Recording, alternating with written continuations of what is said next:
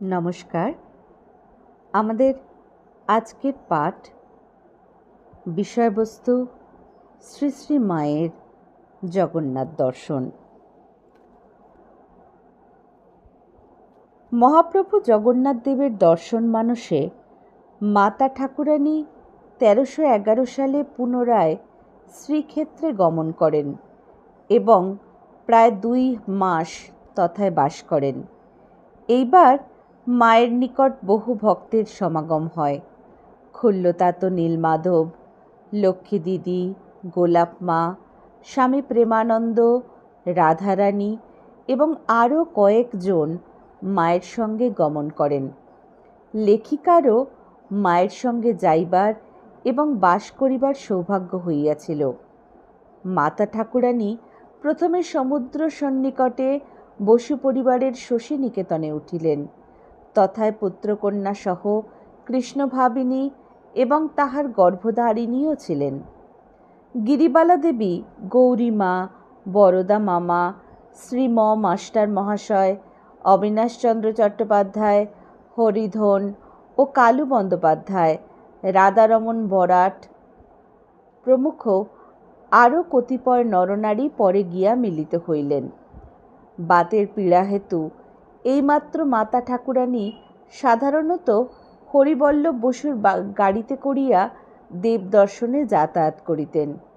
কিছুদিন শশীনিকেতনে বাসের পর তিনি প্রস্তাব করিলেন মহাপ্রভুর মন্দিরের নিকটে বড়দাণ্ডে বা বড় রাস্তায় ক্ষেত্রবাসীর বাটি নামে বসুদের যে একখানি বাড়ি আছে, তথায় থাকিলে পদব্রজে গিয়াই যদৃচ্ছা দেব দর্শন করিবার পক্ষে সহজ হইবে। তিনি মায়েদের সহিত তথায় থাকিবেন। বসু পরিবারের কাহারও ইহা মনোপুত হইল না। শশীনিকেতন বাড়িখানি প্রশস্ত এবং উত্তম। দ্বিতল হইতে সমুদ্র দর্শন করা যায়। বিশেষত স্বাস্থ্যকর পরিবেষ্টনীর মধ্যে অবস্থিত। তাহার তুলনায় ক্ষেত্রবাসীর বাটির পুরাতন ঘর এবং মাত্র ২খানি ঘর ইষ্টক নির্মিত। অবশিষ্টগুলির কেবল প্রাচীর পর্যন্ত ইষ্টক নির্মিত, উপরে খড়ের আচ্ছাদন। এইরূপ স্থানে বাস করিলে মাতা ঠাকুরানীর কষ্ট হইবে বিবেচনা করিয়া সকলেই উদ্বেগ বোধ করিতে লাগিলেন। কিন্তু মা সকলকে বুঝাইয়া বলিলেন যে তাহার পক্ষে ইহাই সুবিধাজনক হইবে। সুতরাং মায়ের ইচ্ছানুসারেই ব্যবস্থা হইল। অবশ্য তিনি কখনো কখনো শশীনিকেতনে গিয়াও বাস করিতেন।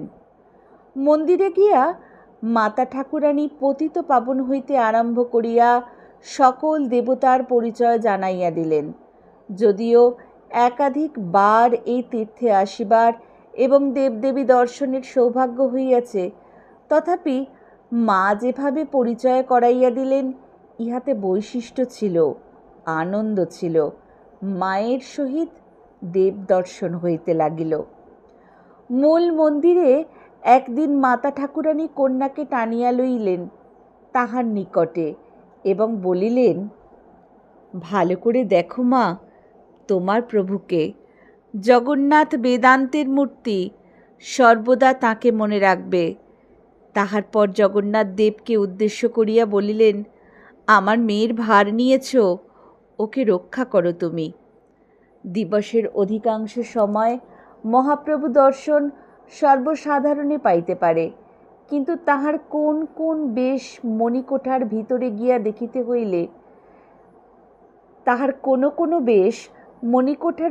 গিয়া দেখিতে হইলে বিশেষ ব্যবস্থার প্রয়োজন হয়। একদিন মাতা ঠাকুরানী হরিবল্লভ বসুর মন্দির পরিচালকবর্গের সহিত ব্যবস্থা করিলেন, যাহাতে একদিন সকলেই ভিতরে যাইয়া দর্শন পাইতে পারেন। সেই বহু বাঞ্ছিত নির্দিষ্ট দিন আগত হইলে সকলের উৎসাহ এবং আনন্দের আর সীমা রহিল না। মাতা ঠাকুরানীর সহিত সকলে মহাপ্রভুর সন্ধ্যারতি, চন্দন লাগি এবং বরষ শৃঙ্গার বেশ দর্শন করিতে চলিলেন। গভীর নিশীথে বড় শৃঙ্গার বেশ হয়। মন্দির সংলগ্ন বিস্তীর্ণ চত্বরে মাতাকে কেন্দ্র করিয়া সকলে উপবিষ্ট হইলেন।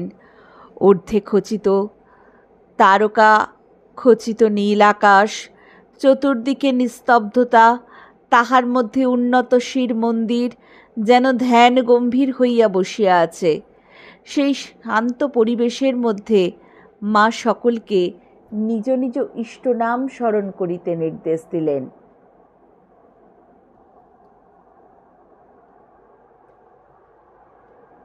সেই শান্ত পরিবেশের মধ্যে মা সকলকে নিজ নিজ ইষ্টনাম স্মরণ করিতে নির্দেশ দিলেন। ঊর্ধ্বে তারকা খচিত নীলাকাশ, চতুর্দিকে নিস্তব্ধতা, তাহার মধ্যে উন্নত শির মন্দির, আর আমরা সকলে ধ্যানমগ্ন। কিয়ৎকাল পরে পাণ্ডা গোবিন্দ শৃঙ্গারী আসিয়া সংবাদ দিলেন, এইবার মন্দির দ্বার উন্মুক্ত হইবে। সকলে গিয়া মণিকোঠায় প্রবেশ করিলেন। আনন্দ চিত্তে সকলে প্রভুর চন্দন লাগি দর্শন করিলেন। অতঃপর বেশকারীগণ নিপুণ হস্তে বিচিত্র বেশভূষায় সজ্জিত করিলেন দেবতাত্রয়কে। অপূর্ব সে বড় শৃঙ্গার, বেশ জনবিরল কোলাহল শূন্য মন্দির আপনা হইতেই চিত্ত স্থির হইয়া আসে। ভক্তি বিগলিত হৃদয়ে বলে, জগন্নাথ স্বামী নয়ন পথগামী ভবতু মে। মনে হয় সেই প্রার্থনা শ্রুতিগোচর হয় জগন্নাথ স্বামীর। বিশাল কৃপাল বাহুদয় প্রসারিত করিয়া তিনি আহ্বান জানান জগৎ সকলকে, মানুষের চিত্তকে বহির্জগৎ হইতে নিজের দিকে আকর্ষণ করেন। কতক্ষণ এইভাবে অতিবাহিত হয় কাহারও মনে থাকে না। ততক্ষণে তিনখানি পালঙ্ক আনিত হইয়াছে, সজ্জিত হইল দেবতার শয্যা, সুরভিত গন্ধে মন্দির আমোদিত। এইবার তাহারা বিশ্রাম গ্রহণ করিবেন। মাতা ঠাকুরানী তখনও তদ্গত হইয়া প্রভুকে দর্শন করিতেছেন। তাহাকে স্মরণ করিয়া দিতে হয় ফিরিবার কথা। মন্দির দ্বার অর্গলবদ্ধ হইল। দেবতার বিশাল পুরী এইবার জনশূন্য হইবে। মন্দির চত্বরে রাত্রি যাপন যাত্রীদের পক্ষে নিষিদ্ধ, সুতরাং সকলে স্বস্থানে ফিরিলেন। চিত্ত আগ্রহ আকুল, নিদ্রার অবকাশ স্বল্প। রাত্রি শেষে মঙ্গল আরতির সময় পুনরায় মন্দিরে আসিয়া মিলিত হইলেন। বৈতালিকগণ উচ্চ ঈশ্বরে শ্রুতিমধুর বিবিধ স্তুতিগানে প্রভুর নিদ্রাভঙ্গে উদ্যোগী হইলেন। ভো দেব মণিমা, প্রভু ত্রৈলোকেশ্বর মণিমা, অখিল কোটি ব্রহ্মাণ্ডনাথ মণিমা, নিশা অবগত হইয়াছে, দীনমণির উদয় হইয়াছে। শ্রীরত্ন পালঙ্ক পরিত্যাগপূর্বক রত্নবেদিতে বিরাজ করিবার জন্য অবহিত হউন। আপনার নিদ্রা ভঙ্গ করিতেছি, তজ্জন্য অপরাধ মার্জনা করিবেন মণিমা। এইভাবে অপ্রার্থনার পর মন্দির দ্বার উন্মুক্ত হয়। মন্দির মধ্যে প্রবেশ করিয়া এইবার উৎকল ভক্তগণ করতালি যোগে বলেন, দেখিলি পদ্মমুখ, খণ্ডিল সকল দুঃখ, মতে নিস্তার নিস্তার নিস্তার। তাহাদের এবংবিধ প্রার্থনা মাতা ঠাকুরানীর হৃদয় স্পর্শ করে। মাতাকে পুরোভাগে রাখিয়া সকলে মণিকোঠায় প্রবেশ করিলেন। ভক্তের ব্যাকুল আহ্বানে প্রভুর নিদ্রাভঙ্গ হইয়াছে। এইবার মঙ্গল আরতি হইবে, কিন্তু তাহার বিশাল নয়নোদয় তখনও তন্দ্রাঘরে ঢুলু ঢুলু। নিদ্রার রেশ যেন সম্পূর্ণ অপগত হয় নাই। মঙ্গল আরতির পর অবকাশ বেশ। এই অবকাশে মাল্যভূষণাদি সকল ঐশ্বর্য পরিত্যাগ করিয়া তিনি নিরাভরণ অবস্থায় দন্তাধাবন, মুখ প্রক্ষালন ইত্যাদি প্রাতঃকালীন কার্য সম্পন্ন করেন। অতি সাধারণ অনাড়ম্বর এই বেশ, তবু কত মাধুর্যপূর্ণ। মাতা ঠাকুরানী এই অনুপম বেশ দর্শন করিতে করিতে একসময় কন্যাকে বলেন, অমুক, প্রভুর এই রূপটি অতি সুন্দর, এই রূপ নিত্য ধ্যান করবে। অবকাশ বেশটি ভালো করে মনে রেখো। জগন্নাথ দেব দয়াল ঠাকুর যে তাঁর আশ্রয় নেয় তার ভাবনা নেই। মন্দিরের দক্ষিণ পশ্চিম দিকে বহিঃপ্রকার মধ্যে জগন্নাথ দেবের নিজস্ব একটি পুষ্পোদ্যান আছে। মাতা মাঝে মাঝে তাহা দেখিতে যাইতেন। আনন্দ চঞ্চলা বালিকার ন্যায় তিনি সর্বত্র ঘুরিয়া ঘুরিয়া দেখিতেন। একগুচ্ছ সুগন্ধি পুষ্পের নিকট উপস্থিত হইয়া একদিন মাতা বলেন, কি সুন্দর, ধন্য ইহাদের জীবন। প্রভুর পূজা ও শয্যায় নিত্য ইহারা নিবেদিত হইতেছে। আর যাহারা দিনের পর দিন প্রভুর জন্য কত মারামারি, কত রকমারি বেশ শয্যা রচনা করে, তাহাদের বা কত সৌভাগ্য। কলিকাতা হইতে জনৈকা বৃদ্ধা ব্রাহ্মণ বিধবা পুরীধামে আসিয়াছিলেন। তাহার আচার নিষ্ঠতা এতই কঠোর ছিল যে অন্যের অন্ন ব্যঞ্জনাদি তিনি ভোজন করিতেন না। কলিকাতায় থাকাকালে তাহার অভিলাষ হইত যে অন্যান্য ভক্তিমতীদিগের ন্যায় তিনিও একদিন মাতা ঠাকুরানীর প্রসাদ গ্রহণ করেন। বাধা দিত তাহার আচার নিষ্ঠা। বৃদ্ধার ভালোবাসা ও ব্যাকুলতায় মাতা ঠাকুরানী প্রসন্ন ছিলেন, কিন্তু কাহারও সংস্কারে তিনি আঘাত দিতেন না। বৃদ্ধা মায়ের বাটিতে আসিলে মা তাহার হাতে দু একটি ফল দিতেন, অন্য প্রকার প্রসাদ দিতেন না। মাতা ঠাকুরানী জগন্নাথ ধামে গিয়াছেন এই সংবাদে জানিয়া তিনিও আসিয়া উপস্থিত হইলেন পুরী তীর্থে। ক্ষেত্রবাসীর বাটিতে একদিন প্রচুর প্রসাদের আয়োজন তিনি করিলেন। বাল্যভোগের মুড়কি লাড্ডু হইতে আরম্ভ করিয়া রাজভোগের কণিকা পিষ্টকা আদি বহু প্রকারের প্রসাদ আনিত হইল।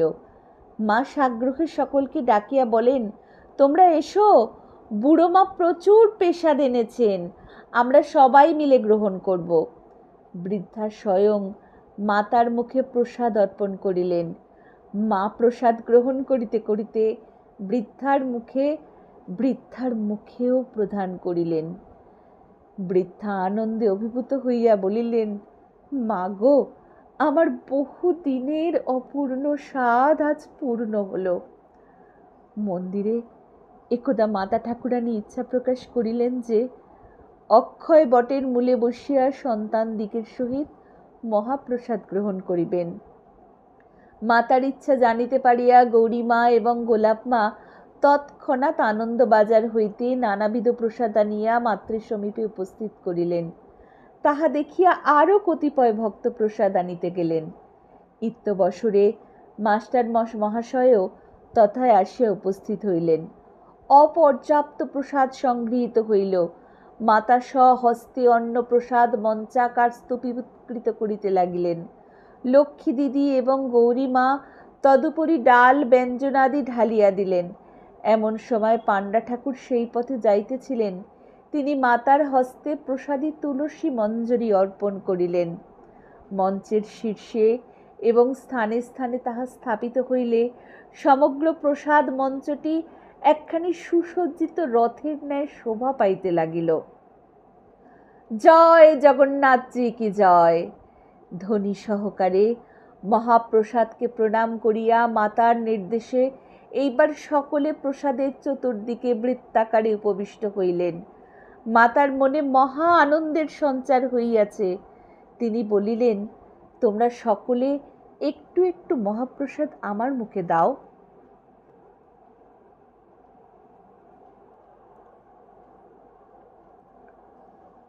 সকলেই পরম আনন্দিত হইলেন মায়ের মুখে মহাপ্রসাদ অর্পণ করিয়া। লক্ষ্মী স্বরূপা মাতা ঠাকুরানীও সন্তানদের মুখে প্রসাদ দিয়া কৃতার্থ করিলেন। অতঃপর পরস্পরের মুখে প্রসাদ অর্পণ করিতে করিতে সকলে আনন্দে মাতিয়া উঠিলেন। মাতা ঠাকুরানীর ইচ্ছানুযায়ী তাহার অনুগত সেবক স্বামী সত্যকাম জয়রাম বাটি হইতে দিদিমা শ্যামা সুন্দরী মাতুল এবং মাতুলানীগণ সহ পুরীতে প্রত্যাগত হইলে সকলকে লইয়া মাতা পুনরায় একদিন আনন্দ বাজারে বসিয়া পখাল অর্থাৎ পান্তা প্রসাদ গ্রহণ করেন। মহাপ্রসাদের এমনই মাহাত্ম্য যে নিষ্ঠাবতী ব্রাহ্মণ বিধবাও জগন্নাথ ক্ষেত্রে একাদশী তিথিতে তাহা গ্রহণ করিয়া থাকেন। একদিন একাদশীতে ভক্তিমতী কৃষ্ণ ভবানী শশীনিকেতনে সন্ধ্যাধূপের প্রসাদের প্রচুর ব্যবস্থা করিলেন।